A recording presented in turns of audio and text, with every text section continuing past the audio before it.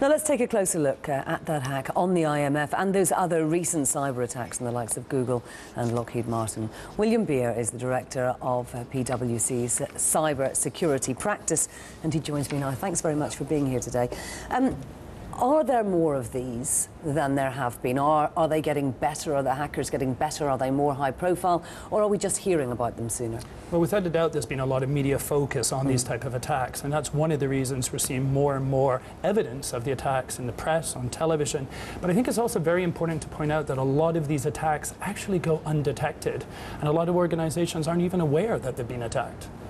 And what is the prime reason for the attacks? Is it possible to put them into categories? Is there one main reason? I mean, is it simply fraud, people trying to get hold of money? That's a great question. There's probably about 4 different categories that we tend to see. The first one is fraud, so it's people after money, and often the banks are a target. The second is intellectual property. A lot of organizations obviously possess a lot of very important and sensitive intellectual property.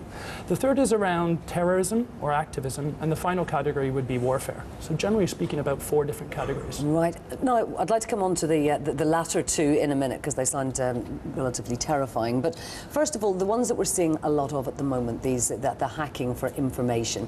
Have companies and organisations become too lax? Was the recession a reason not to increase those security budgets? Well, based on some of the research that we recently conducted in PwC, we actually saw that a lot of security budgets were deferred because of the recession.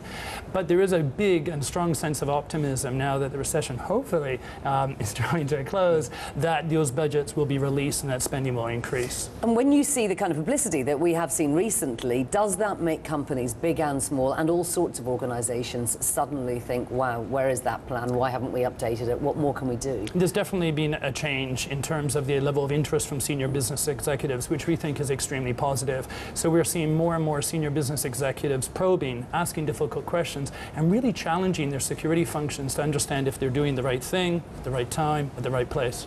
Now, how difficult is it to stay one step ahead of the hackers? Because presumably for every new system you put in place, somebody somewhere is trying to get around it. Absolutely, and I think that, you know, a lot of people tend to think that additional regulation or legislation will assist. Well, we believe that will help and can support. I think we also need to be very careful, because too much regulation or too much legislation can actually slow down the security teams. And when you consider that the organized criminals or the attackers aren't regulated and oftentimes aren't subject to that legislation, or at least try not to be, that makes them much quicker and much faster. So we need to stay at the same speed. Now, you did mention the terrorist threat. Tell me a little bit more about that and how real it is.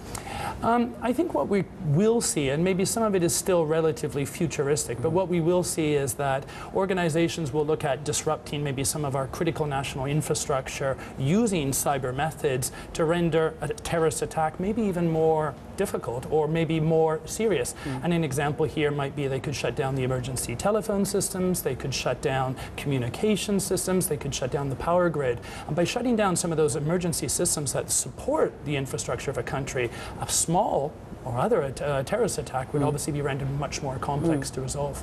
So really the overall message is that everyone must be vigilant about this, and companies and organisations in particular should be right on top of it. I think that's key. Everyone needs to be more aware of how their own behaviour can actually negatively impact the organisations they work for. Okay. William Beer, thank you very much indeed for joining us. Now, still to come.